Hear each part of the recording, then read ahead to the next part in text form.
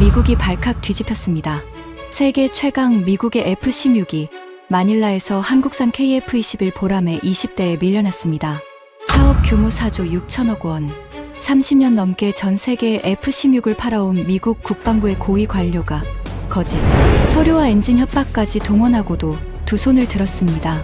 한국은 돈 안 내고 꼼수만 부린 인도네시아를 스스로 내쳤고 UAE와 폴란드는 오히려 한국 앞에 줄을 섰습니다. 미국이 만든 무기 수출의 규칙으로 한국이 미국을 넘어선 겁니다. 7,000개의 섬을 가진 나라가 목숨을 걸고 한국을 선택한 순간 워싱턴은 얼어붙었습니다. 지금부터 그 충격적인 전말을 공개합니다.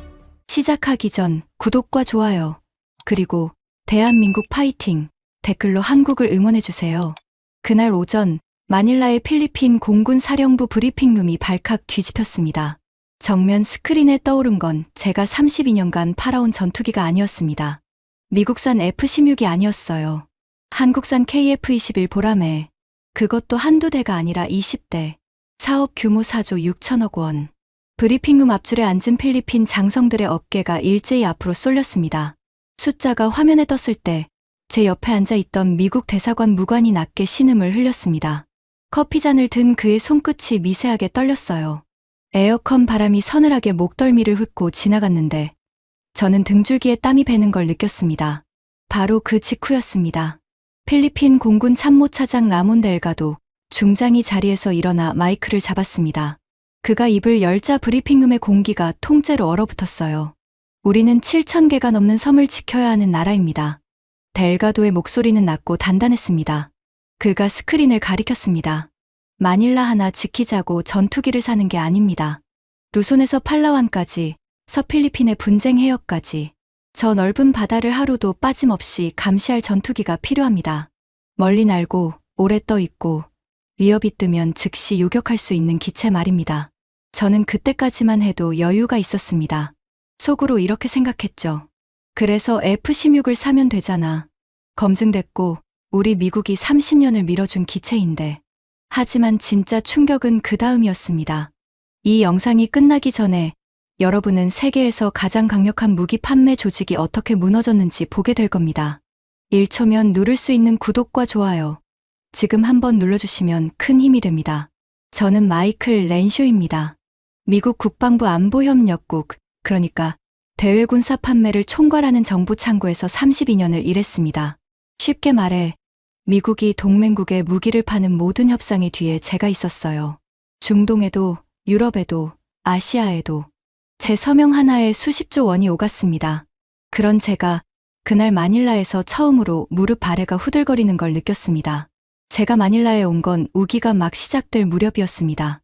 워싱턴에서 받은 지시는 간단했어요. 필리핀을 F-16으로 못 파가라. 남중국해 최전선에 있는 이 나라를 미국산 전투기로 확실하게 묶어두라는 거였습니다. 저는 이 임무가 식은 죽 먹기라고 생각했습니다. 30년 넘게 이 바닥에서 굴러온 제 경험상 동맹국이 전투기를 살 때는 결국 미국산으로 돌아왔거든요. 무장이 풍부하고 실전 검증이 끝났고 무엇보다 미국이라는 안보 우산이 딸려왔습니다. 필리핀처럼 중국과 매일같이 부딪히는 나라라면 더더욱 그랬죠. 공항에 내렸을 때 후텁지근한 열대의 공기가 얼굴을 덮쳤습니다. 코끝에 매캐한 매연 냄새와 비 냄새가 뒤섞여 밀려왔어요. 저는 그 냄새조차 대수롭지 않게 여겼습니다. 며칠 안에 끝내고 돌아가겠지. 그렇게 생각했으니까요. 그런데 브리핑룸에서 KF-21 보람의 20대라는 숫자를 마주한 순간 그 자신감에 첫 번째 금이 갔습니다. 델가도 중장은 발표를 이어갔습니다. 그가 다음 슬라이드를 넘기자 필리핀 상공을 나는 FA-50 편대의 영상이 흘렀습니다. 우리는 이미 한국산 FA-50을 운용하고 있습니다. 델가도가 말했습니다. F-5를 퇴역시킨 뒤 우리 공군에는 제대로 된 초음속 전투기가 없었습니다. 몇 년 동안 하늘이 비어 있었어요. 그 공백을 메운 게 한국의 FA-50이었습니다. 처음엔 우리도 경전투기라고 얕봤습니다. 하지만 실제 작전에 투입하면서 알게 됐죠. 그가 잠시 말을 멈췄습니다. 브리핑룸 안의 모든 시선이 그의 입으로 모였어요. 우리 공군은 이미 한국식으로 조종사를 키우고 한국식으로 정비사를 훈련하고 한국식 부품 조달 체계를 돌리고 있습니다. 이 위에 한 단계 높은 전투기를 얻는다면 그게 뭐가 되어야 할까요? 저는 그 순간 입안이 바싹 마르는 걸 느꼈습니다. 그날 저녁, 저는 마닐라 시내의 호텔 방으로 돌아와 노트북을 켰습니다. 창밖으로 마닐라만의 노을이 붉게 타오르고 있었습니다. 항구에는 컨테이너 선들이 정박해 있었고 멀리서 백고동 소리가 낮게 울렸어요. 저는 그 풍경을 등지고 앉아 KF-21 보라매의 재원을 처음부터 끝까지 훑기 시작했습니다. 그리고 확신했습니다. 이건 안 된다. 제 눈에 보라매는 명백한 약점 덩어리였습니다. 첫째, 보라매는 F-35 같은 완전한 5세대 스텔스 전투기가 아니었습니다. 내부 무장창이 없었어요. 초기 형상은 공대공 임무 중심이었고 본격적인 공대지 능력은 다음 단계로 미뤄져 있었습니다. 둘째, 한국 공군조차 대량 운용 경험이 충분하지 않았습니다. 자국군이 제대로 굴려보지도 않은 기체를 남의 나라에 20대씩 팔겠다는 겁니다. 셋째, 그리고 이게 제 진짜 자신감의 근거였는데 보라매의 심장, 그러니까 엔진이 미국산이었습니다. GE의 F414점 쌍발, 그러니까 엔진 2개가 모두 미국 기술이었어요. 저는 노트북 화면을 향해 코웃음을 쳤습니다. 한국산이라고? 결국 미국 엔진 없이는 한 발짝도 못 드는 기체잖아. 이게 당시 제 머릿속을 지배하던 생각이었습니다. 그리고 이건 저 혼자만의 오만이 아니었어요. 워싱턴의 거의 모든 사람이 그렇게 믿었습니다. 한국은 여전히 미국 라이선스 기술을 조립하는 나라. 우리가 마음만 먹으면 언제든 목줄을 조일 수 있는 하청국. 그게 우리가 아는 한국이었습니다. 저는 그날 밤 워싱턴에 올릴 보고서 초안을 썼습니다. 제목은 이랬습니다. 필리핀 KF-21 도입, 실현 가능성 낮음. 근거를 세 줄로 정리했어요. 무장 능력 미완성, 운용 실적 부족, 핵심 기술 대미 의존. 저는 문장 끝에 이렇게 덧붙였습니다. 한국 방사는 앞으로도 미국의 하청 구조를 벗어나기 어렵다. 지금 생각하면 그 한 문장이 제 인생에서 가장 부끄러운 문장이었습니다. 하지만 그때의 저는 확신에 차 있었어요. 자판을 두드리는 손끝에 조금의 망설임도 없었습니다. 사실 저는 아주 오래전에도 비슷한 문장을 쓴 적이 있었습니다. 32년 전, 제가 이 바닥에 갓 들어온 신입이었을 때, 저는 아시아 방산 시장을 분석하는 보고서를 처음으로 맡았습니다. 그때 한국은 이제 막 자국산 훈련기를 만들기 시작한 나라였어요. 저는 그 보고서에 자신만만하게 적었습니다. 한국 방산은 영원한 하청에 머물 것이다. 그 문장이 상관들에게 좋은 평가를 받았습니다. 저는 그걸로 승진의 첫 계단을 밟았죠. 그 뒤로 32년 동안 저는 그 문장이 옳다고 믿으며 살았습니다. 제 커리어 전체가 그 믿음 위에 세워져 있었어요. 그러니 마닐라에서 보람의 20대를 마주했을 때 제가 얼마나 그걸 부정하고 싶었을지 상상이 되실 겁니다. 그건 단순히 한 건의 판매 경쟁이 아니었습니다. 제 32년이 걸린 문제였어요. 저는 노트북을 덮고 침대에 누웠습니다. 천장의 펜이 느릿느릿 돌아가고 있었어요. 저는 스스로를 다독였습니다. 괜찮아. 필리핀은 결국 F-16으로 돌아온다. 안보 논리를 이기는 방산 논리는 없어. 하지만 그날 밤, 저는 쉽게 잠들지 못했습니다. 델가도 중장이 브리핑룸에서 했던 그 말이 자꾸만 귓가에 맴돌았거든요. 우리 공군은 이미 한국식으로 돌아가고 있습니다. 그 문장의 무게가 밤이 깊어질수록 점점 더 무겁게 가슴을 짓눌렀습니다. 이틀 뒤 워싱턴에서 사람이 날아왔습니다. 그레고리 벤스, 국방부 정책라인의 강경파 차관보였습니다. 원래는 미국 최대 방산업체 로키드 마틴에서 로비스트로 일하다 정부로 넘어온 인물이었어요. F-16을 팔아치우는 일이라면 물불을 가리지 않는 사람이었습니다. 그가 마닐라 미국 대사관 회의실에 들어서던 순간을 저는 지금도 또렷하게 기억합니다. 문이 열리고 값비싼 정장에 금빛 커프스 단추를 낀 그가 성큼성큼 걸어 들어왔어요. 그의 구두굽이 대리석 바닥을 때리는 소리가 회의실을 가득 채웠습니다. 향수 냄새가 진하게 풍겼습니다. 그는 앉기도 전에 저를 향해 말했습니다. 렌쇼, 여기서 대체 뭘 하고 있는 겁니까? 이 섬나라 사람들이 감히 F-16을 거절하겠다고? 벤스는 필리핀 지도가 걸린 벽을 흘낏 보더니 비웃듯 입꼬리를 올렸습니다. 돈도 없는 나라예요. 국방 예산 전체가 우리 항공모함 한 척 값이나 될까 말까 한 곳입니다. 그런 나라가 뭘 안다고 한국산을 사겠다는 거죠? 한국. 그가 한국이라는 단어를 발음할 때 마치 상한 음식을 씹은 것 같은 표정을 지었습니다. 부품이나 조립하던 나라 아닙니까? 우리 엔진 없으면 그 보람엔지 먼지도 하늘에 못 뜹니다. 그런 하청업체한테 미국이 밀린다고요? 렌쇼, 당신 32년 경력이 아깝군요. 저는 그때 벤스의 말에 반쯤 동의하고 있었습니다. 제 보고서도 결국 같은 결론이었으니까요. 하지만 이상하게도 그가 필리핀과 한국을 조롱하는 걸 듣고 있자니 명치 부근이 서늘하게 조여왔습니다. 이유를 알 수 없는 불편함이었어요. 벤스는 자리에 앉아 서류 가방을 열더니 그 안에서 얇은 파일 하나를 꺼냈습니다. 그가 그걸 회의 테이블 위로 툭 던졌습니다. 이걸 필리핀 국방부에 흘리세요. 저는 파일을 집어들어 펼쳤습니다. 그리고 눈살을 찌푸렸습니다. 그 안에는 KF-21의 결함을 부풀린 자료들이 들어있었어요. 절반은 검증되지 않은 소문이었고 절반은 노골적인 과장이었습니다. 존재하지도 않는 사고, 기록까지 끼워져 있었죠. 이건 사실이 아닌 내용이 섞여 있는데요. 제가 조심스럽게 말하자 벤스가 눈을 가늘게 떴습니다. 렌쇼, 우리가 지금 진실을 파는 겁니까? 전투기를 파는 겁니까? 그의 목소리가 낮게 깔렸습니다. 필리핀이 한국산을 사면 남중국해 방어 협력에서 우리가 어떻게 나올지 잘 생각해 보라고 델가도한테 전하세요. 미국산 안 사면 저 중국 바다에서 알아서 살아남으라고. 알아들었습니까? 저는 그 순간 숨이 턱 막혔습니다. 이건 협상이 아니었습니다. 협박이었어요. 동맹의 안보를, 한 나라의 생존을 볼모로 잡는 협박. 저는 오랫동안 이 바닥에서 별별 일을 다 봤지만 벤스처럼 노골적으로 선을 넘는 사람은 처음이었습니다. 벤스는 제 표정을 읽었는지 갑자기 껄껄 웃었습니다. 왜 그런 표정이죠? 이게 국제 정치입니다. 렌쇼. 감상에 젖을 나이는 지났잖아요. 그가 커프스 단추를 매만지며 일어섰습니다. 필리핀 사람들한테 확실히 알려주세요. 한국 편에 서는 건 미국을 등지는 거라고. 그날 회의가 끝나고 저는 대사관 복도로 나왔습니다. 창밖으로 마닐라의 거리가 내려다 보였습니다. 오토바이 무리가 매연을 뿜으며 도로를 가득 메우고 있었고 노점상들이 열대 과일을 팔고 있었어요. 후텁지근한 공기 속에서 저는 손에 쥔 파일을 내려다봤습니다. 벤스가 흘리라고 한 그 파일이었습니다. 저는 그걸 필리핀 국방부에 넘길 생각이었습니다. 정말로요. 그게 제 임무였으니까요.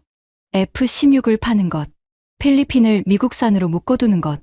저는 32년 동안 그렇게 살아왔고 이번에도 다르지 않을 거라고 믿었습니다. 그런데 바로 그때 제 휴대폰이 울렸습니다. 필리핀 공군의 델가도 중장이 보낸 메시지였어요. 짧은 초대였습니다. 렌쇼 부국장님, 내일 우리 공군 기지에 한번 와주시겠습니까? 보여드리고 싶은 게 있습니다. 우리 FA-50 조종사 한 명을 소개하고 싶군요. 안토니오 크루즈 소령입니다. 저는 그 메시지를 한참 동안 바라봤습니다. 솔직히 말하면 가고 싶지 않았습니다. 한국산 전투기를 모는 조종사를 만나서 뭘 하겠어요. 제 마음은 이미 F-16 쪽으로 기울어 있었고 벤스가 준 파일도 손에 쥐고 있었으니까요. 하지만 이상하게도 저는 거절하지 못했습니다. 그 메시지에 담긴 델가도의 담담한 자신감 때문이었을까요? 아니면 브리핑룸에서 그가 했던 그 말, 우리 공군은 이미 한국식으로 돌아가고 있습니다 라는 문장이 아직도 가슴에 걸려 있어서였을까요? 저는 손가락으로 화면을 두드려 답장을 보냈습니다. 내일 뵙겠습니다. 그 짧은 답장을 보내는 순간 저는 몰랐습니다. 그 방문이 제 32년을 통째로 뒤집어 놓으리라는 걸요. 다음 날 아침 저는 벤스가 준 파일을 서류, 가방 깊숙이 찔러 넣고 필리핀 공군 기지로 향했습니다. 파일은 아직 제 손에 있었습니다. 하지만 그 파일을 넘길지 말지 저는 이제 확신할 수 없었습니다.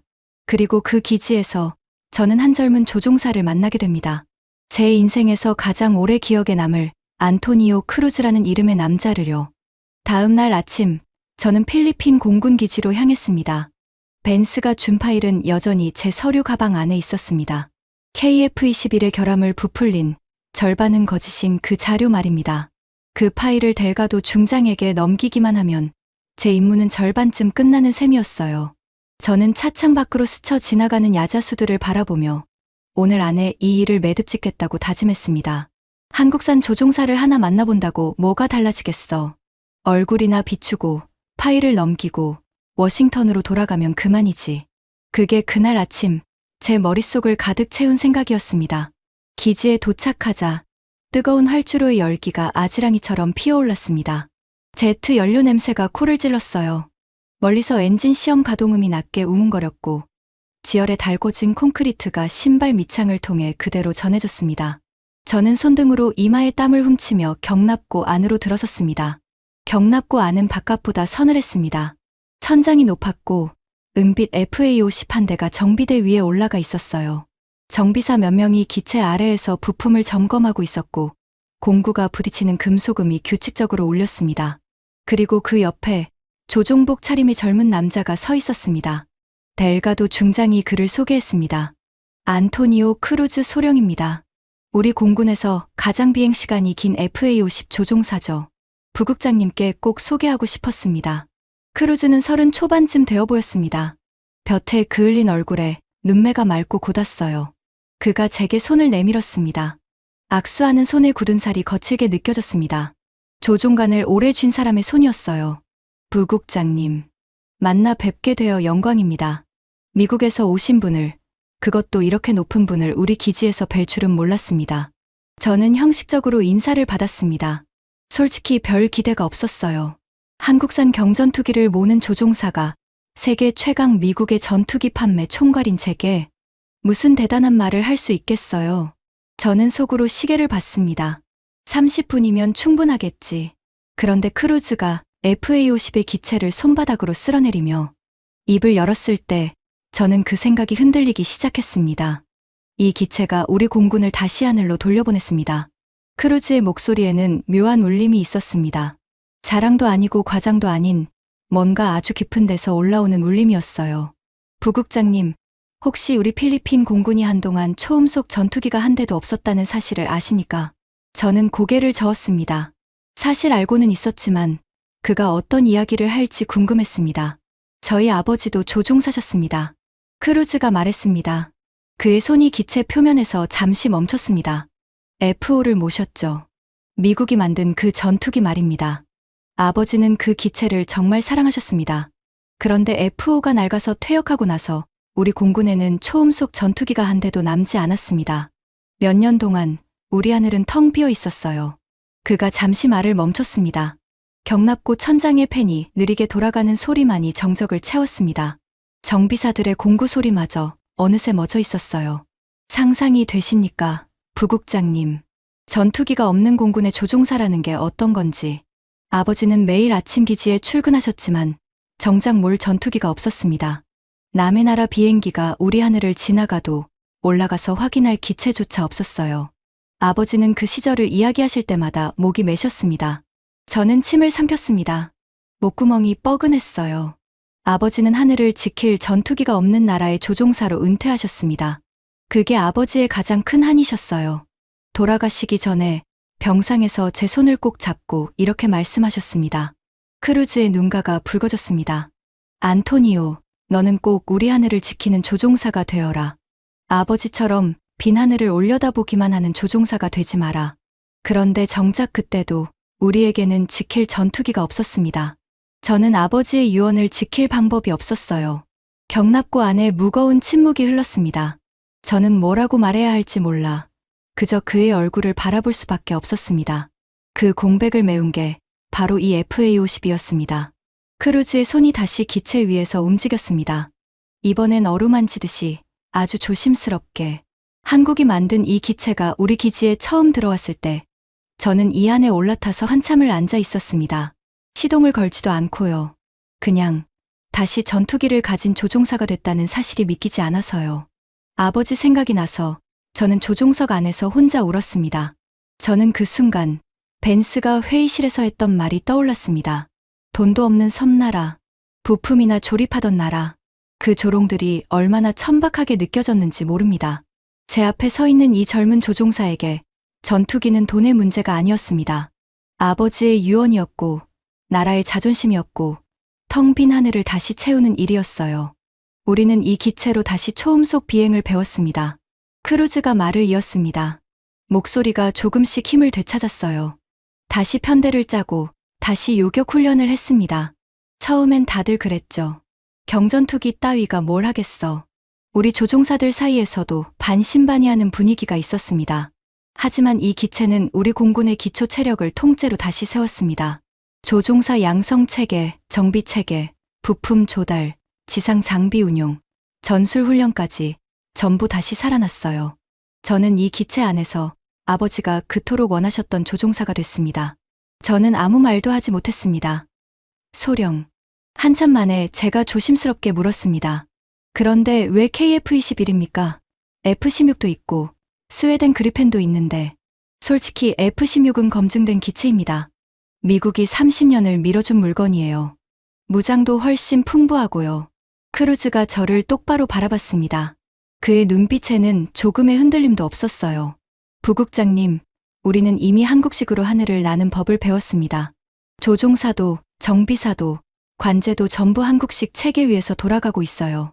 FA-50이 우리의 기초 체력을 만들어줬다면 KF-21은 그 위에 얹은 진짜 근육입니다. 그가 손가락으로 경납고 밖의 하늘을 가리켰습니다. 만약 F-16이나 그리펜을 새로 들여오면 우리는 처음부터 다시 배워야 합니다. 조종사 교육도, 정비사 훈련도, 부품 조달도 전부 새로 시작해야 해요. 몇 년이 걸릴지 모릅니다. 하지만 KF-21은 다릅니다. 지금까지 쌓은 모든 걸 그대로 이어서 한 단계 더 올라가는 겁니다. 전투기 한 종류를 바꾸는 게 아니라 우리 공군 전체가 한 단계 진화하는 거예요. 저는 아무 말도 하지 못했습니다. 그리고 그 순간 제 확신의 첫 번째 균열이 갔습니다. 이건 내가 생각한 것과 완전히 다른데. 필리핀은 그냥 싸구려 전투기를 사려는 게 아니었잖아.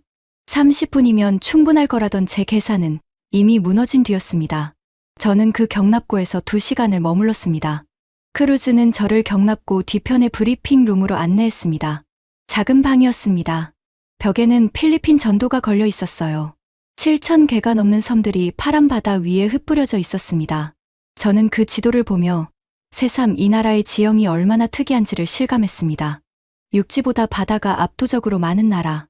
국토 전체가 바다 위에 흩어진 섬들의 집합이었어요. 크루즈가 지도 앞에 서서 손가락으로 남쪽 끝을 짚었습니다.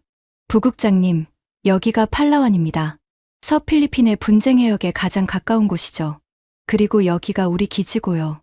이 두 지점 사이의 거리가 얼마인지 아십니까? 저는 고개를 저었습니다. 엄청나게 멉니다. 우리 조종사들은 이 넓은 바다 위를 몇 시간씩 날아가서 초계 임무를 수행합니다. 중국 항공기가 우리 해역에 접근하면 우리가 올라가서 확인하고 경고하고 필요하면 요격 태세를 갖춰야 해요. 그 임무 내내 아래는 온통 바다입니다. 육지가 보이지 않는 망망대의 한복판이에요. 그가 저를 돌아봤습니다. 눈빛이 진지했습니다. 만약 비행 중에 엔진에 문제가 생기면 어떻게 될까요? 저는 그 질문에 선뜻 대답하지 못했습니다. 엔진이 하나뿐인 전투기라면 그 순간 끝입니다. 크루즈가 조용히 말했습니다. 조종사는 바다 한가운데로 추락하는 겁니다. 비상 탈출을 한다고 해도 구조대가 오기까지 몇 시간이 걸릴지 모르는 망망대의 한복판으로요. 상어가 있을 수도 있고 파도가 높을 수도 있고 기상이 나쁠 수도 있습니다. 엔진 하나에 조종사의 목숨 전체가 걸리는 겁니다. 저는 그의 말에 등골이 서늘해지는 걸 느꼈습니다. 브리핑룸의 에어컨 바람이 갑자기 더 차갑게 느껴졌어요. 그래서 우리에게는 쌍발 전투기가 필요합니다. 엔진이 2개인 기체 말입니다. 크루즈가 손가락 2개를 펴보였습니다. 하나에 문제가 생겨도 나머지 하나로 기지까지 돌아올 수 있어요. 그건 단순한 성능표의 숫자가 아닙니다.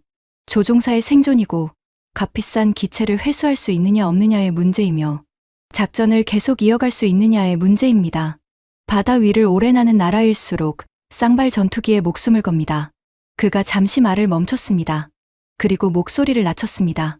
제 동료 중 한 명이 훈련 중에 엔진 문제로 바다에 불시착한 적이 있었습니다. 저는 숨을 죽였습니다. 다행히 살아 돌아왔습니다. 구조 헬기가 제때 도착했거든요. 하지만 그날 밤 저는 잠을 못 잤습니다. 만약 그 친구가 초계 임무 중이었다면, 팔라완 앞바다 한복판이었다면, 만약 엔진이 하나뿐이어서 활공조차 못했다면 그 친구는 지금 제 옆에 없었을 겁니다. 저는 그날 쌍발이라는 게 우리에게 어떤 의미인지 뼈저리게 깨달았습니다. 저는 KF-21 보라매의 재원을 떠올렸습니다. GE의 F414 엔진 2개, 쌍발, 제가 호텔방에서 코웃음을 치며 넘겼던 바로 그 부분이었습니다. 결국 미국 엔진 없이는 못 뜨는 기체라고 비웃었던 그 쌍발 구조가 이 조종사에게는 생명줄이었던 겁니다. 저는 그제야 깨달았습니다. 제가 얼마나 이 나라의 현실을 모르고 있었는지를요. F-16은 단발입니다. 엔진이 하나예요. 스웨덴 그리펜도 단발이고요. 물론 미국 본토처럼 사방이 육지인 곳에서는 큰 문제가 아닐 수 있습니다. 활주로도 많고 비상 착륙할 곳도 많으니까요. 하지만 7,000개 섬을 지키고 대양 한복판을 몇 시간씩 날아야 하는 필리핀에서는 이야기가 완전히 달랐습니다. 여기서는 쌍발이 사치가 아니라 필수였어요. 부국장님. 크루즈가 저를 정면으로 바라보며 조용히 말했습니다. 우리는 좋은 전투기를 사려는 게 아닙니다. 우리 조종사들이 살아서 집으로 돌아올 수 있는 전투기를 사려는 겁니다. 저는 아버지처럼 빈 하늘을 올려다보고 싶지 않고 제 후배들이 바다에 빠져 돌아오지 못하는 것도 보고 싶지 않습니다. 저는 아무 대답도 하지 못했습니다. 제 서류 가방 안에 든 벤스가 준 그 파일이 갑자기 천근만근 무겁게 느껴졌습니다. 생각보다 이게 훨씬 진지한 문제였잖아. 이건 무기 장사가 아니라 사람 목숨 이야기잖아. 그게 제 확신에 간 두 번째 균열이었습니다. 그날 오후 저는 델가도 중장과 다시 마주 앉았습니다. 기지 안의 작은 접견실이었습니다. 델가도는 직접 커피를 권했습니다. 진하고 달큼한 필리핀식 커피였어요. 뜨거운 김이 잔 위로 피어올랐고 창밖으로는 활주로가 내려다 보였습니다. 저는 그 잔을 두 손으로 감싸쥐고 조심스럽게 물었습니다. 중장님, 솔직히 여쭙겠습니다. 쌍발이 중요하다는 건 이제 이해했습니다. 하지만 그게 전부는 아니지 않습니까? F-16은 훨씬 검증된 기체입니다. 무장도 풍부하고 미국의 안보 지원도 딸려옵니다. 그런데도 KF-21을 택하려는 진짜 이유가 뭡니까? 델가도는 커피를 한 모금 마시더니 창밖의 활주로를 바라봤습니다. 잠시 침묵이 흘렀어요. 부국장님, 전투기는 한 번 사고 끝나는 물건이 아닙니다. 30년을 함께 가는 국가 시스템이에요. 그의 목소리는 담담했지만 단단했습니다. 30년 넘게 이 바닥에서 굴러온 저조차 반박할 수 없는 말이었어요. 기체 가격은 사실 시작에 불과합니다. 진짜 돈은 그 뒤에 들어갑니다. 엔진 정비, 레이더 점검, 전자전 장비 교체, 미션 컴퓨터 갱신, 소프트웨어 업데이트, 미사일 통합, 조종사 재교육, 예비 부품 확보. 30년 동안 끝없이 돈이 들어가는 겁니다. 전투기는 사는 순간부터 30년짜리 빚을 지는 것과 같아요. 저는 고개를 끄덕였습니다. 그건 이 바닥에서 30년을 굴러온 제가 누구보다 잘 아는 사실이었으니까요. 실제로 많은 나라가 기체값만 보고 계약했다가 뒤따라오는 유지비에 허리가 휘었습니다. 우리 국방 예산은 크지 않습니다. 델가도가 말을 이었습니다. 연간 예산 전체가 8조 원대입니다. 그 안에서 육군, 해군, 공군, 해양경비대, 미사일, 함정까지 전부 챙겨야 해요. 미국이나 일본처럼 넉넉한 예산이 아닙니다. 만약 우리가 미국산 전투기를 대량으로 도입하면서 그 30년 유지비까지 감당하려 들면 다른 전력 현대화가 통째로 흔들립니다. 육군도, 해군도, 해경도 전부 예산이 말라버려요. 그가 저를 바라봤습니다. 눈빛이 차분했습니다. 우리에게는 좋은 전투기보다 감당할 수 있는 전투기가 더 절실합니다. 부국장님, 세계 최강의 전투기가 있다 한들 우리가 30년을 굴릴 수 없다면 그게 무슨 소용입니까? 저는 그 말에 반박할 수 없었습니다. 그건 정확한 계산이었으니까요. 델가도가 태블릿을 꺼내 제 앞에 놓았습니다. 화면에는 한국이 제시한 사업 구조가 정리되어 있었습니다. 저는 그걸 들여다보다가 나도 모르게 숨을 들이켰습니다. 한국은 기체만 팔겠다는 게 아니었습니다. 보십시오, 부국장님. 델가도가 화면을 넘기며 설명했습니다. 그의 손가락이 항목 하나하나를 짚었어요. 한국은 KF-21 20대에 금융과 정비와 훈련을 통째로 묶어서 제안했습니다. 사업 규모는 4조 6천억 원입니다. 결코 작은 돈이 아니죠. 하지만 한국은 그 상당 부분을 장기 금융과 보증 구조로 돌릴 수 있게 해줬어요. 그가 다음 화면을 넘겼습니다. 이게 무슨 뜻이냐면 우리가 당장 4조 6천억 원을 현금으로 다 내지 않아도 된다는 겁니다. 초기 부담을 크게 줄이고 30년에 걸쳐 나눠 갚는 구조예요. 당장 현금이 부족한 우리 같은 나라도 이 방식이면 감당할 수 있습니다. 이건 단순한 할인이 아닙니다. 우리가 이 사업을 시작할 수 있게 해주는 완전히 다른 접근이에요. 저는 화면을 뚫어지게 바라봤습니다. 손끝이 조금 떨렸어요. 게다가 정비시설, 그러니까 MRO 거점까지 우리 땅에 세워주겠다고 했습니다. 델가도가 말을 이었습니다. 이게 왜 중요한지 아십니까? 전투기는 정비가 생명입니다. 매번 부품을 외국에 보내서 수리받으면 시간도 돈도 몇 배로 들어요. 그런데 우리 땅에 정비 거점이 생기면 우리 손으로 정비하고 우리 인력이 일자리를 얻고 기술까지 쌓입니다. 그리고 기존 FA50 운용 경험이 그대로 이어지니 조종사와 정비사를 처음부터 다시 키울 필요도 없어요. 그가 태블릿을 내려놓고 저를 바라봤습니다. 부국장님, 우리는 전투기 한 종류를 사는 게 아닙니다. 이미 우리 공군에 깔려있는 한국식 항공 운용 체계 전체가 한 단계 위로 확장되는 겁니다. 저는 그 순간 제 32년의 경력 전체가 흔들리는 걸 느꼈습니다. 왜냐하면 그건 우리 미국이 절대 따라갈 수 없는 방식이었기 때문입니다. 우리 미국은 강력한 무기를 팝니다. 세계 최강의 성능이죠. 유럽은 정교한 무기를 팔고요. 하지만 한국은 무기와 납기와 금융과 정비와 훈련을 한꺼번에 하나의 꾸러미로 묶어서 제안했습니다. 필요한 시기에 필요한 수량을 감당 가능한 조건으로. 이건 우리 대외군사 판매 체계로는 도저히 흉내낼 수 없는 구조였습니다. 우리 방식은 이랬어요. 기체를 팔고 미사일을 따로 팔고 정비 계약을 또 따로 맺고 훈련은 미국으로 조종사를 불러와서 시키고 조각조각 흩어진 거래였습니다. 게다가 그 모든 과정에 우리 정부의 승인이 필요했고 언제든 정치적 이유로 공급을 조일 수 있었어요. 우리는 그걸 지렛대라고 불렀습니다. 동맹을 통제하는 지렛대. 그런데 한국은 그 지렛대 자체가 없는 완전히 다른 게임을 하고 있었습니다. 부국장님, 델가도가 조용히 말했습니다. 폴란드가 왜 그렇게 빠르게 한국 무기로 무장했는지 아십니까? K2 전차와 K9, 자주포, 그리고 FA50까지 순식간에 들여왔죠. 이유는 간단합니다. 필요한 시기에 필요한 수량을 현실적인 조건으로 제공하는 능력. 그게 한국 방산의 진짜 무기가 된 겁니다. 성능만으로는 설명이 안 되는 힘이에요. 저는 아무 말도 할 수 없었습니다. 제가 호텔 방에서 보고서에 적었던 그 문장이 떠올랐습니다. 한국 방산은 앞으로도 미국의 하청 구조를 벗어나기 어렵다. 그 문장이 얼마나 오만하고 어리석은 것이었는지 저는 그제야 뼈저리게 느끼기 시작했습니다. 한국은 이미 하청국이 아니었습니다. 미국조차 따라올 수 없는 완전히 새로운 방식으로 세계 시장을 열고 있었어요. 우리가 팔던 방식이 낡은 것이 되어가고 있었던 겁니다. 이건 미국보다 나은 방식이잖아. 그게 세 번째 균열이었습니다. 그리고 이번 균열은 앞에 두 개보다 훨씬 깊었습니다. 조종사의 사연이나 지형의 특수성이 아니라 제 직업의 근본이 흔들리는 균열이었으니까요. 저는 그날 저녁 무거운 마음으로 기지를 떠났습니다. 서류 가방 안의 파일은 결국 꺼내지도 못했습니다. 그날 저녁 저는 마닐라 미국 대사관으로 돌아왔습니다. 혼란스러운 마음을 다잡으려 했지만 쉽지 않았습니다. 하루 사이에 제 확신이 3번이나 금이 갔으니까요. 저는 방으로 돌아와 넥타이를 풀고 창가에 서서 마닐라의 야경을 내려다봤습니다. 도시의 불빛들이 습기 찬 공기 속에서 흐릿하게 번졌습니다. 저는 필리핀 한 나라의 움직임만 봐서는 전체 그림이 보이지 않는다고 생각했습니다. 한국이 정말 우리가 압박하면 흔들릴 나라인지 아니면 다른 뭔가가 있는지 확인해야 했어요. 저는 워싱턴의 정보 라인에 연락을 넣어 한국의 KF-21 사업 전반이 지금 어떻게 돌아가고 있는지 확인해 달라고 요청했습니다. 몇 시간 뒤 답신이 왔습니다.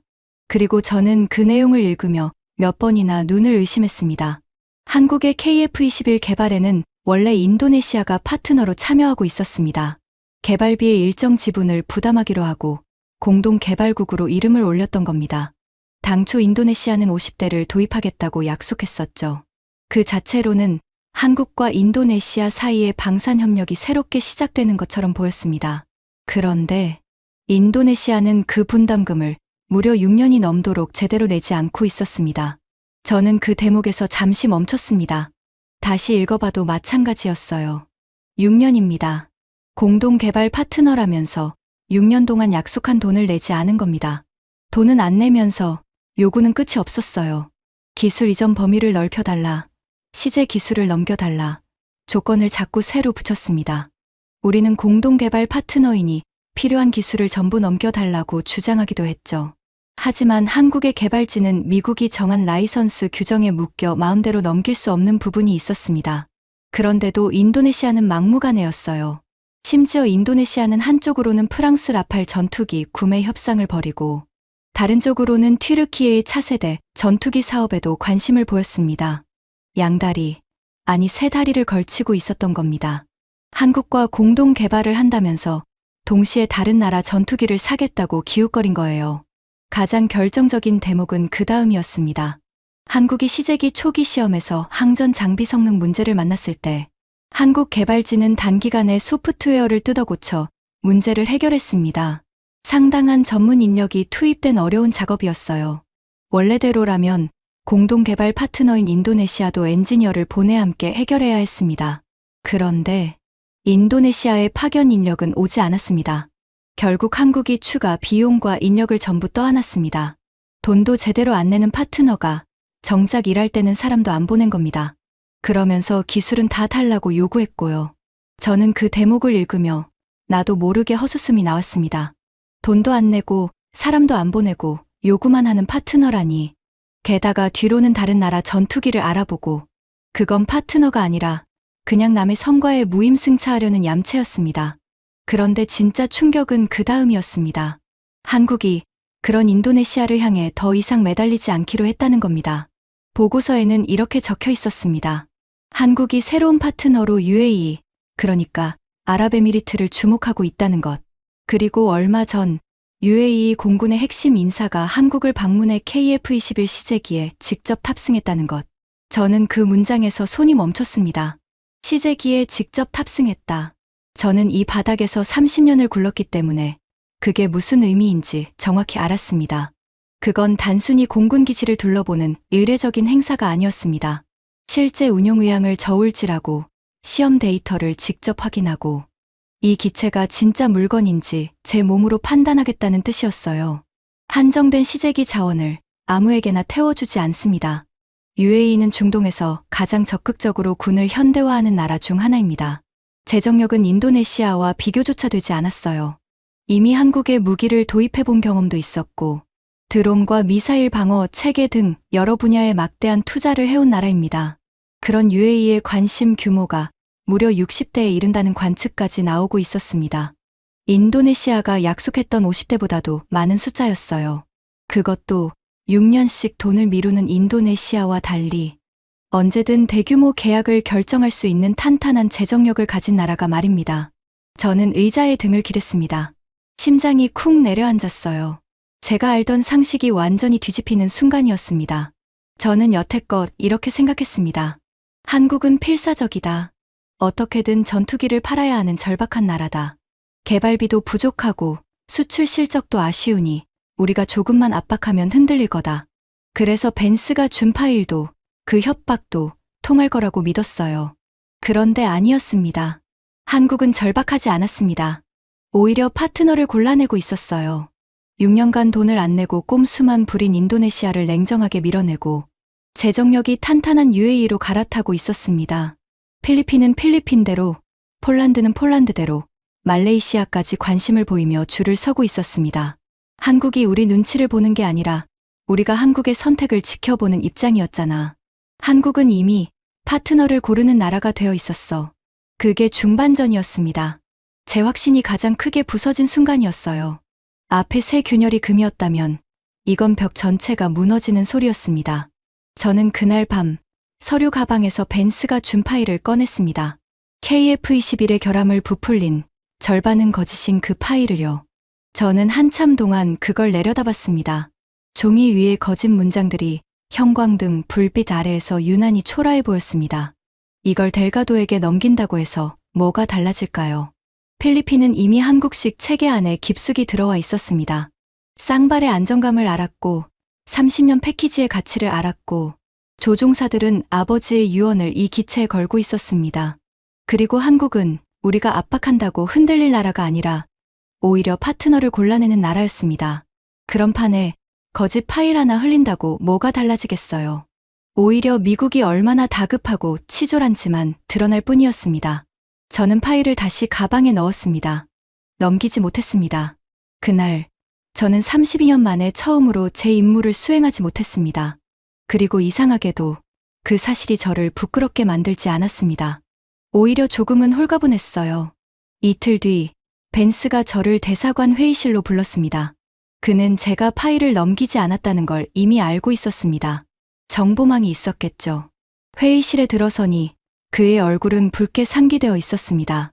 그가 저를 보자마자 테이블을 손바닥으로 세게 내리쳤습니다. 쨍한 소리가 회의실을 울렸어요. 렌쇼, 대체 무슨 생각입니까? 왜 파일을 안 넘긴 거죠? 저는 잠시 침묵했습니다. 그리고 조용히 대답했습니다. 그 파일은 거짓입니다. 벤스. 존재하지도 않는 사고, 기록까지 들어있어요.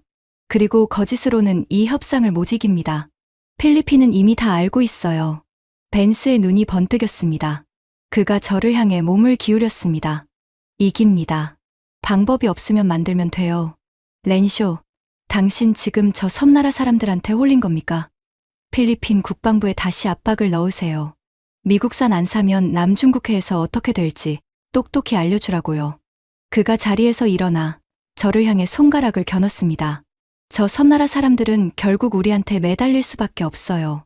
자기들끼리 중국을 막을 수 있을 것 같습니까? 중국 전투기가, 폭격기가, 해경선이 매일 저 바다를 압박하는데 미국 없이 저들이 뭘 할 수 있죠? 아무것도 못해요. 그러니 우리가 조건을 걸면 결국 따라오게 되어 있습니다. 저는 그 말을 들으며 명치 부근이 서늘하게 조여오는 걸 느꼈습니다. 그리고 한국. 벤스가 이를 갈듯이 말했습니다. 그 하청업체들한테도 분명히 하세요. 미국 엔진 없이는 그 보람에도 못 든다고. GE의 F414 말입니다.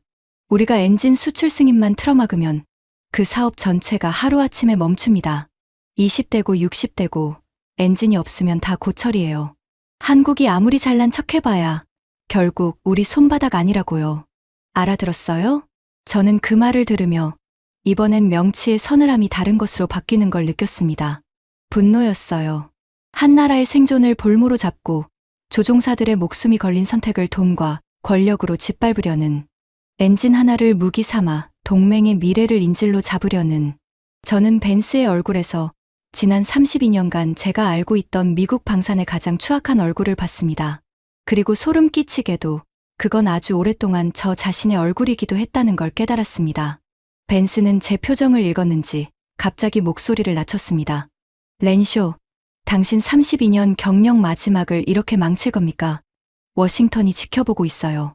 당신이 이 필리핀건을 날리면 당신 이름 위에 실패가 찍힙니다. 정신 차리세요. 우리는 미국입니다.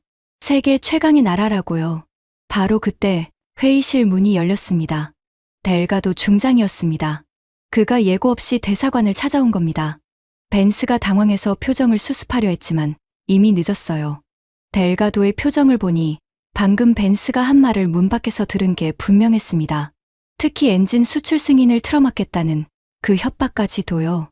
델가도는 천천히 회의실 안으로 걸어 들어왔습니다. 그의 발걸음은 조금의 흔들림도 없었습니다. 군복 위의 훈장들이 형광등 불빛에 차갑게 반짝였어요. 그가 벤스를 정면으로 바라봤습니다. 차관보님, 방금 하신 말씀, 우리 필리핀을 향한 협박으로 이해해도 되겠습니까? 벤스가 억지 웃음을 지었습니다. 하지만 그 웃음은 어딘가 어색하게 일그러져 있었어요. 협박이라니요. 동맹으로서 현실을 알려드린 것뿐입니다. 중장님, 남중국해 상황을 생각하면 현실이라면 저희가 더 잘 압니다. 델가도가 그의 말을 잘랐습니다. 목소리가 낮고 단호했어요. 매일 그 바다에서 중국과 부딪히는 건 미국이 아니라 우리 필리핀입니다. 우리 조종사들이 그 하늘을 지킵니다. 우리 국민이 그 섬에 삽니다. 현실이 뭔지 차관보님이 저희에게 가르쳐 주실 필요는 없습니다. 델가도의 눈빛이 차가워졌습니다. 우리는 7,000개의 섬을 스스로 지키기로 결정했습니다. 미국의 우산 아래 숨는 게 아니라 우리 하늘을 우리 손으로요. 그리고 그 하늘에 우리 조종사들이 살아서 돌아올 수 있는 전투기를 올리기로 했습니다. 엔진이 2개인 우리가 30년을 감당할 수 있는 전투기를요. 그가 잠시 말을 멈췄습니다. 회의실의 공기가 팽팽하게 당겨졌어요. 차관보님, 우리는 감당할 수 없는 무기를 강요받으려고 독립한 나라가 아닙니다.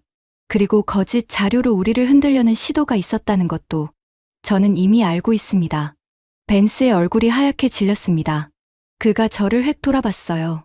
델가도가 그 파일의 존재를 안다는 건 누군가 알려줬다는 뜻이니까요. 그의 눈이 내가 배신했냐고 저를 다그치고 있었습니다. 하지만 저는 그 파일을 넘기지 않았습니다. 필리핀은 그런 뒷공작쯤은 이미 다 꿰뚫어 보고 있었던 겁니다. 벤스 같은 사람들이 얼마나 많은 나라에 얼마나 많은 거짓을 흘려왔는지 그들도 겪을 만큼 겪었을 테니까요.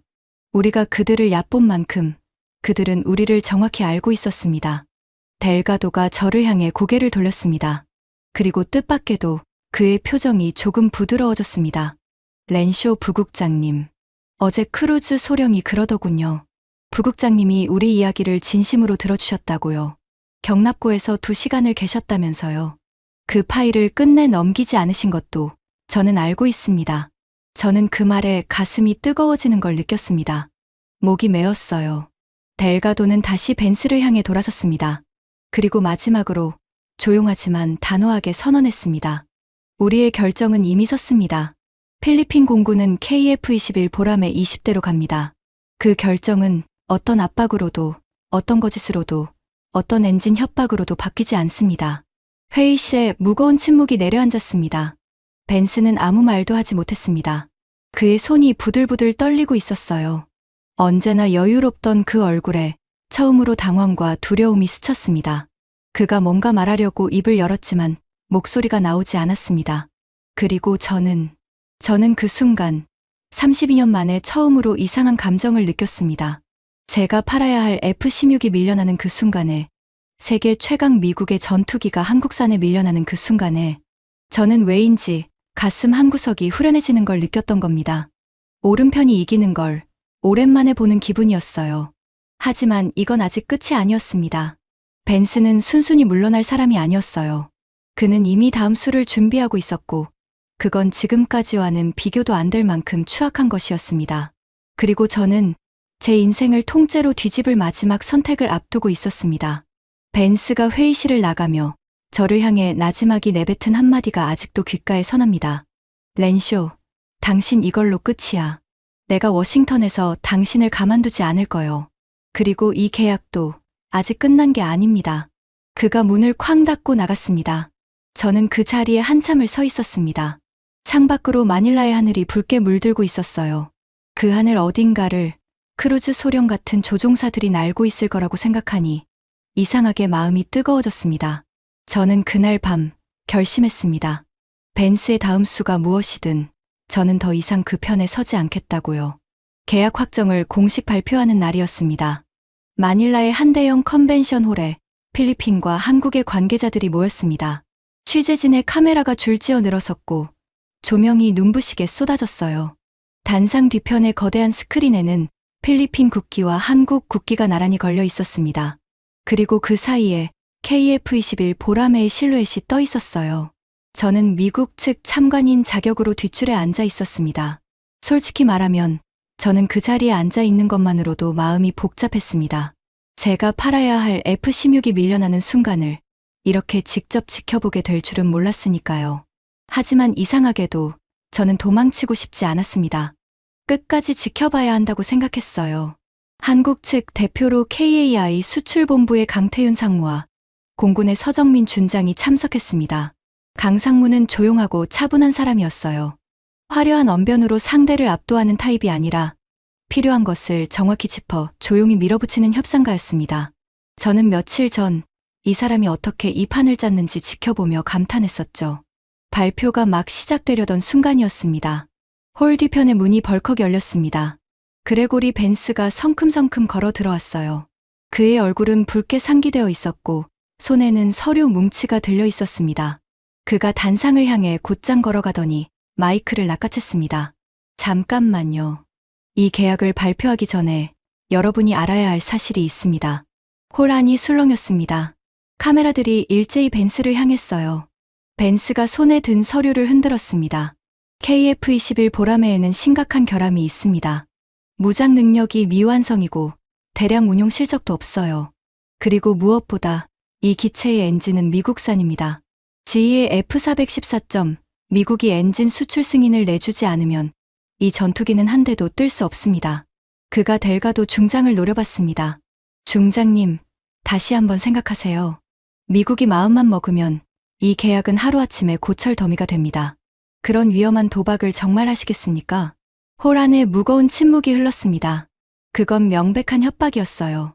세계가 지켜보는 앞에서 미국의 고위 관료가 한 나라의 주권적 선택을 짓밟으려 하고 있었습니다. 저는 그 순간 심장이 쿵쿵 뛰는 걸 느꼈습니다. 그리고 자리에서 일어섰습니다. 벤스 차관보님, 제 목소리가 홀 전체에 울렸습니다. 모든 시선이 일제히 저를 향했어요. 그 서류, 제가 잘 압니다. 절반은 검증되지 않은 소문이고 절반은 노골적인 과장이죠. 존재하지도 않는 사고, 기록까지 끼워 넣으셨더군요. 차관보님이 저한테 필리핀 국방부에 흘리라고 주셨던 바로 그 파일 아닙니까? 벤스의 얼굴이 하얗게 질렸습니다. 렌쇼, 당신. 저는 안보협력국에서 32년을 일했습니다. 저는 그의 말을 잘랐습니다. 제 목소리는 떨리지 않았어요. 오히려 32년 만에 가장 또렷했습니다.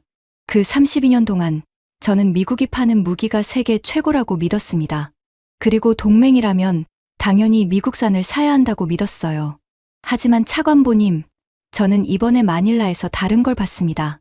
저는 델가도 중장을, 그리고 취재진을 향해 돌아섰습니다. 저는 조종사가 없는 하늘을 물려받은 한 나라를 봤습니다. 텅 빈 하늘을 다시 채우기 위해 감당할 수 있는 전투기를 고르고 또 고른 나라를 봤습니다. 7,000개의 섬을 스스로 지키겠다고 자기 조종사들이 살아서 돌아올 수 있는 쌍발 전투기를 선택한 나라를 봤어요. 제 목소리가 조금씩 뜨거워졌습니다. 그리고 저는 그런 나라를 향해 거짓 서류를 흘리고 엔진을 무기 삼아 협박하는 우리 미국의 가장 추악한 얼굴을 봤습니다. 차관보님, 그 얼굴이 부끄럽지 않으십니까? 호란이 술렁이기 시작했습니다. 취재진의 카메라 셔터가 미친 듯이 터졌어요. 벤스가 저를 향해 소리쳤습니다. 렌쇼, 당신 지금 조국을 배신하는 겁니까? 아니요. 저는 고개를 저었습니다. 저는 조국이 오른편에 서기를 바라는 겁니다. 그게 진짜 애국이라고 믿으니까요. 바로 그때 강태윤 상무가 조용히 마이크를 잡았습니다. 그가 담담한 목소리로 말했습니다. 차관보님, 엔진 문제를 말씀하셨죠. GE의 F414 말입니다. 저희도 그 이야기를 오래 들어왔습니다. 그래서 저희는 그동안 다음 세대의 엔진의 국산화를 준비해왔습니다. 지금 당장은 아니지만 머지않아 저희 손으로 만든 엔진이 이 기체를 날게 할 겁니다. 미국이 엔진으로 저희를 통제할 수 있는 시대는 이미 저물고 있습니다. 호란이 다시 술렁였습니다. 강 상무는 서두르지 않았습니다. 그가 델가도 중장을 향해 고개를 살짝 숙였습니다. 그리고 필리핀은 저희의 파트너입니다. 협박으로 얻은 계약이 아니라 서로의 필요가 맞아떨어진 계약입니다. 저희는 기체만 파는 게 아니라 30년을 함께 갈 신뢰를 파는 겁니다. 그건 어떤 협박으로도 흔들 수 없습니다. 델가도 중장이 자리에서 일어섰습니다. 그가 단상으로 걸어 나가 마이크 앞에 섰습니다. 신사숙녀 여러분, 그의 목소리가 홀을 가득 채웠습니다. 필리핀 공군은 KF-21 보람의 20대 도입을 공식 확정합니다. 홀 안에서 박수가 터져 나왔습니다. 카메라 플래시가 폭죽처럼 터졌어요. 벤스는 단상 옆에서 얼굴이 새하얗게 질린 채 부들부들 떨고 있었습니다. 언제나 여유롭고 오만하던 그가 세계가 지켜보는 앞에서 완전히 무너진 겁니다. 그가 뭔가 소리치려 했지만 아무도 그의 말을 듣지 않았습니다. 취재진은 이미 델가도 중장과 강태윤 상무를 향해 몰려가고 있었어요.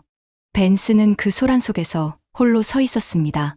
초라하게, 그리고 완전히 잊힌 채로요. 저는 그 광경을 지켜보며 오랫동안 참아왔던 무언가가 가슴속에서 풀려나가는 걸 느꼈습니다. 발표가 끝나고 저는 컨벤션 홀 밖으로 나왔습니다. 마닐라의 하늘이 붉게 물들어 있었습니다. 해가 지고 있었어요. 후텁지근한 공기 속에서 저는 난간에 기대어 그 하늘을 오래 바라봤습니다. 그때 누군가 제 옆에 다가와 섰습니다. 크루즈 소령이었습니다. 그는 정복 차림이었어요. 오늘 이 자리에 조종사를 대표해서 참석한 모양이었습니다. 부국장님, 크루즈가 조용히 말했습니다.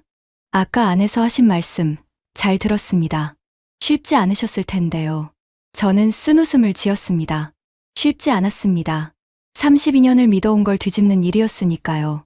크루즈가 저를 바라봤습니다. 그의 눈빛이 따뜻했어요.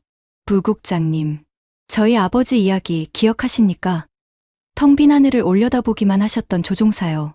저는 고개를 끄덕였습니다. 오늘 아버지 산소에 다녀왔습니다. 그리고 말씀드렸어요. 아버지, 이제 우리 하늘을 지킬 전투기가 옵니다. 그것도 20대나요. 아버지가 그토록 바라시던 진짜 전투기입니다. 크루즈의 눈가가 붉어졌습니다. 그가 하늘을 올려다봤어요. 저는 곧 KF-21을 몰게 될 겁니다. FA-50으로 다시 세운 기초 위에 이제 진짜 근육을 얻는 거죠. 그 기체를 타고 팔라완 앞바다를 날 때 저는 아버지를 생각할 겁니다. 아버지가 지키고 싶어 하셨던 그 하늘을 제가 대신 지키고 있다고요. 저는 그의 옆 얼굴을 바라봤습니다. 노을빛이 그의 얼굴을 붉게 물들이고 있었어요. 그 순간 저는 깨달았습니다. 제가 여태껏 무엇을 놓치고 있었는지를요. 저는 32년 동안 전투기를 성능표의 숫자로만 봤습니다. 추력이 얼마고 무장이 몇 발이고 스텔스가 되느냐 안 되느냐. 하지만 크루즈에게 전투기는 그런 게 아니었습니다. 아버지의 유언이었고 나라의 자존심이었고 텅 빈 하늘을 다시 채우는 일이었어요. 그리고 한국은 바로 그걸 이해한 나라였습니다. 무기를 파는 게 아니라 한 나라가 스스로 서는 것을 도운 나라였어요. 그날 밤 저는 호텔 방으로 돌아왔습니다. 노트북을 켜고 오래된 파일 하나를 열었습니다. 32년 전 제가 이 바닥에 갓 들어왔을 때 썼던 그 보고서였습니다. 저는 화면을 스크롤해서 그 문장을 찾았습니다. 한국 방사는 영원한 하청에 머물 것이다. 저는 그 문장을 한참 동안 바라봤습니다. 32년 동안 제 커리어의 첫 계단이 되어준, 그러나 오늘 완전히 틀린 것으로 판명된 그 문장을요. 저는 커서를 그 문장 끝에 놓고 백스페이스 키를 눌렀습니다. 한 글자씩 천천히 32년간 저를 지배했던 오만이 화면에서 지워졌습니다. 그리고 그 자리에 새로운 문장을 적었습니다. 한국 방사는 이제 세계가 따라야 할 새로운 기준을 만들고 있다. 미국이 만든 규칙으로 그들은 미국을 넘어섰다. 저는 그 문장을 저장하고 노트북을 덮었습니다. 창밖으로 마닐라의 밤하늘이 펼쳐져 있었습니다. 어딘가에서 크루즈 소령 같은 조종사들이 그 하늘을 지키고 있을 거라고 생각하니 이상하게 마음이 뜨거워졌습니다. 우리 미국은 오랫동안 세계에 무기를 파는 규칙을 만들어 왔습니다. 강력한 무기를 팔고 그걸 지렛대 삼아 동맹을 통제하는 규칙 말입니다. 그런데 한국은 바로 그 규칙을 배우고 거기에 신뢰와 금융과 정비와 진심을 더해 우리보다 더 나은 방식을 만들어냈습니다. 우리가 만든 규칙으로 그들이 우리를 이긴 겁니다. 필리핀 20대는 시작에 불과합니다. UAE가 기다리고 있고 폴란드가 이미 파트너이고 말레이시아가 관심을 보이고 있습니다. 텅 빈 하늘을 가진 나라들이 하나둘 한국을 향해 손을 내밀고 있어요.